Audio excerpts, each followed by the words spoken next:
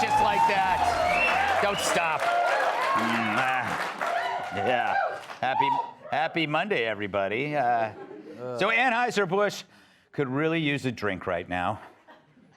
And something stronger than Bud Light, like hemlock. Or tastier, like spring water near a train derailment. The company lost tons of money in the wake of the Dylan Mulvaney controversy, where they gave us the first commemorative can featuring woman face. Something that will no doubt be condemned in about 10 years. Sales are plummeting faster than Hunter Biden's pants in a porno theater. And we're seeing more boycotts than at Kevin Spacey's sleepaway camp.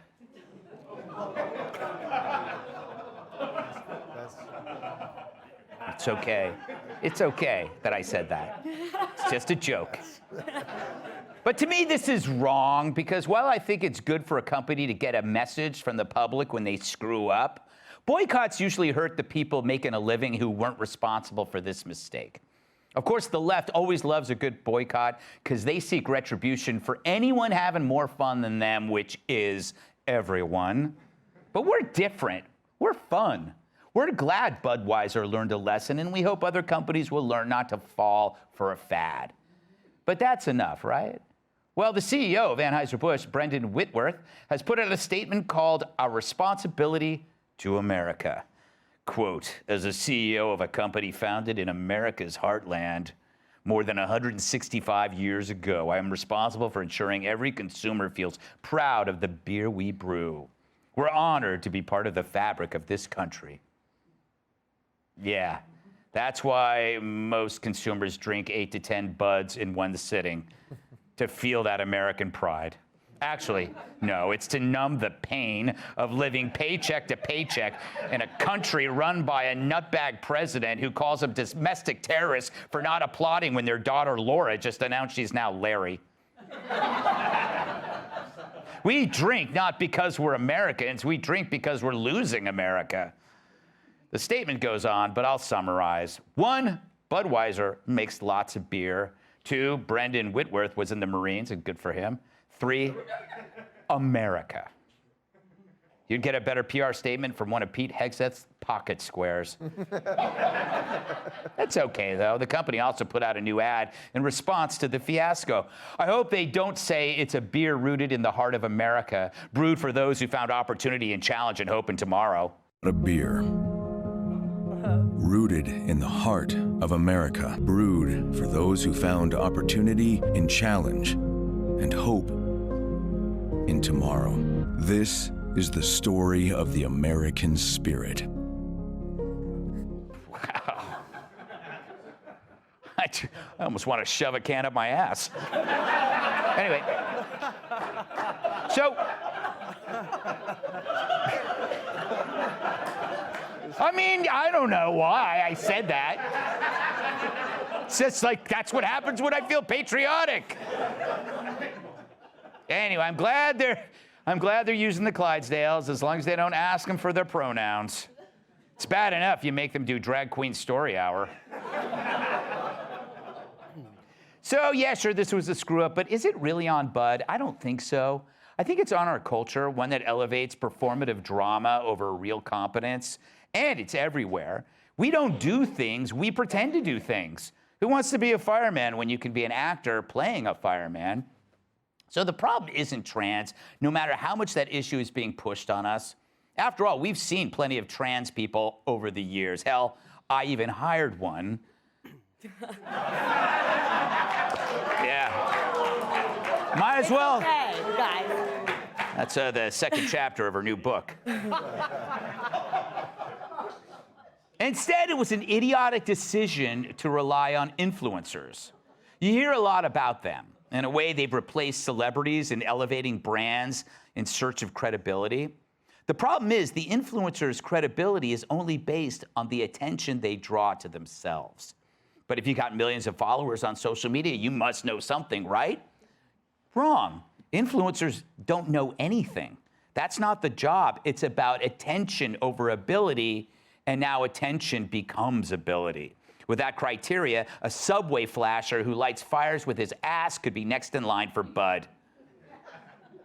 That's me. So is hiring an influencer good for a company's bottom line? Well, maybe if you like the color red. Or ask a Tide Pod swallowing kid if he's still alive. In all likelihood, the clueless codgers at Anheuser-Busch were like, hey, we don't know who this cute little filly is, but we trust you young marketing creative types. Let us know when the campaign's ready and we'll look it up on our flip phones. But it was lazy and stupid to assume somebody you don't know would be a good spokesman for your product. Maybe have someone born before 1993 to do a little vetting, because vetting's important. Fox didn't, and look what happened. But what influencer has ever influenced you to do anything positive? Mulvaney influenced Bud's customers to switch to St. Pauli Girl so they won't have to wonder what's under the skirt. Bottom line, influencers influence us to do the opposite of whatever they recommend because they're so damn unlikable. They're the worst. Sure, you can shame people into shutting up about whichever social issue you think is important this week, but you can't shame people into buying beer, even if you need beer goggles just to look at your spokesperson. Let's welcome tonight's guest. This comic said, "Take my wife, please," and someone did. Actor, writer, and comedian, Jamie Lissow.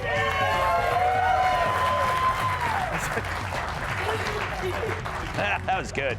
She puts the fine in finance. Yeah, baby.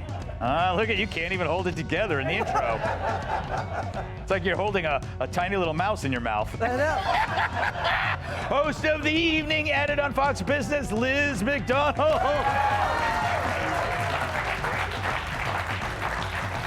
He's literally got a magnetic personality. Retired Marine Corps bomb technician, Johnny Joey Joe.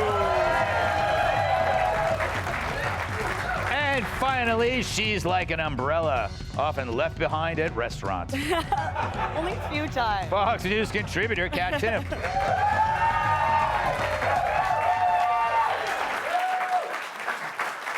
Jamie, so many questions about this concept of influencing and influencers. Have you ever considered becoming an influencer in like the divorce realm, telling people what to expect, how to eat for one, how to, how to like enjoy other people's lives from afar? I think I'd be good at that. Like, don't accumulate too much money. She's taking half of it. Yes. Stuff like that. Yeah. I hated the Budweiser response. Really? I thought it was like they were like we up, look a horse. That's funny. They tried to trick us. I misunderstood this whole thing. I went to the store. To buy. I misunderstood it completely. This what's it, Dylan? Yeah, Dilvin. I went to the store. I bought a 6-pack of Bud Light, and I saw Dylan's picture on there, and I misunderstood. I thought it was like a warning, like when you buy cigarettes. Yeah. And they were like, hey, you could get lung cancer. I thought they were like, hey, drink too many of these, you might sleep with someone with a penis.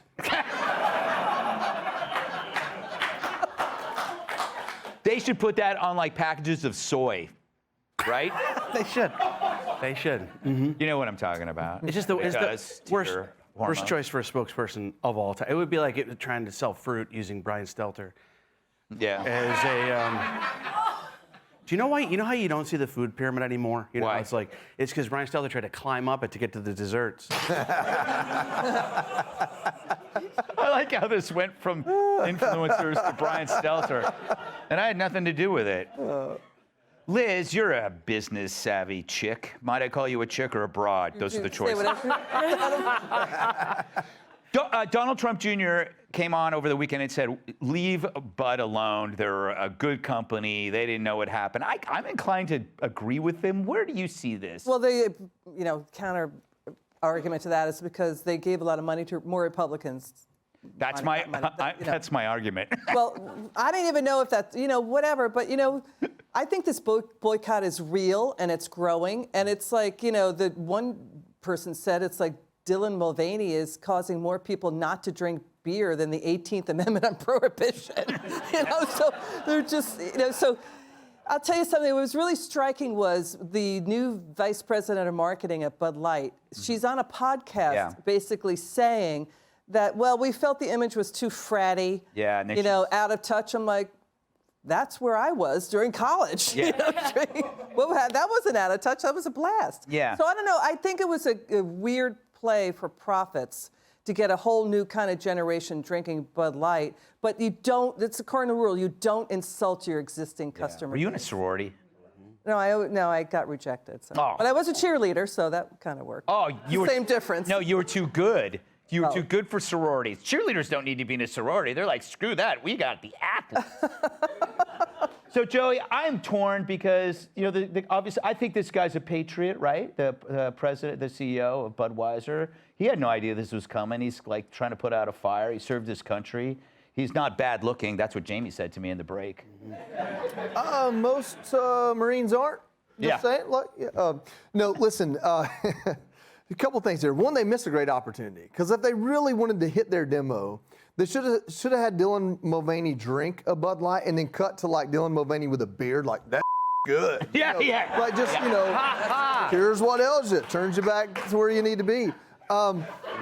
Listen, also the whole critique that Bud Light is too frat, PBR is frat. Trendy beers are frat. I know a lot of Bud Light drinkers, and I think you got to go to college to be in a fraternity, and none of them know what college is, much Yeah. less went to it. So, like, you're talking about, like, completely missing your mark with your demographic. Like, I come from those folks, and you know what? They're all just so excited now because they can be open about drinking Truly. Yeah. You know, they don't have to hide it anymore. Do you know, I feel like Bud Light is a fishing beer. Do you feel like it's a fishing beer? I don't drink or fish. I don't know. I think it's beer pong beer is what it is. That's what I meant. Yeah. Beer pong. That's right. Yeah, something you can just drink a lot of and still, you know, drive home. Right, Jamie? Absolutely.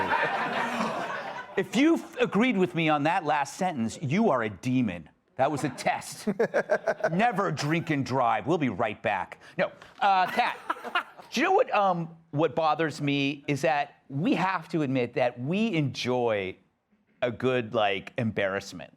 It's like, even though Bud, like, we know, like, in the back of our heads, we knew that Bud, they didn't know, but we're still gonna say these guys are idiots because it's fun. It's fun, but it's kind of like bad. I think you enjoy it. I enjoy a lot of things that are bad. I mean, it was funny how hard in the other direction the other ad was. Yes. I mean, my favorite part of the statement was, though, when they were like, we never intended to be divisive. We never wanted to start a fight. I'm like, aren't you alcohol? Yeah.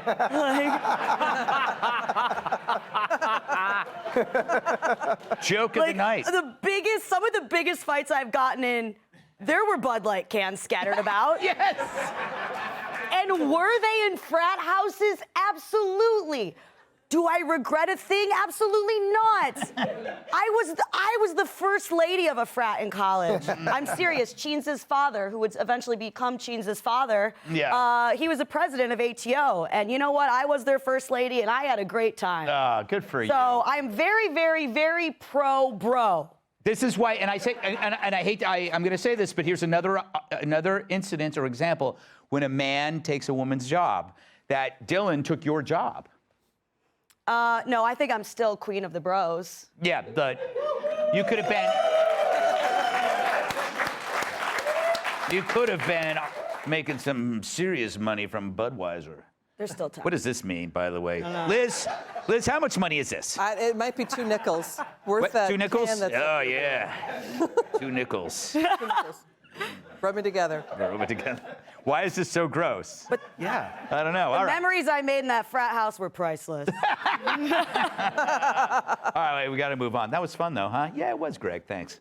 Hey, Sean Hannity here. Hey, click here to subscribe to Fox News YouTube page and catch our hottest interviews and most compelling analysis. You will not get it anywhere else.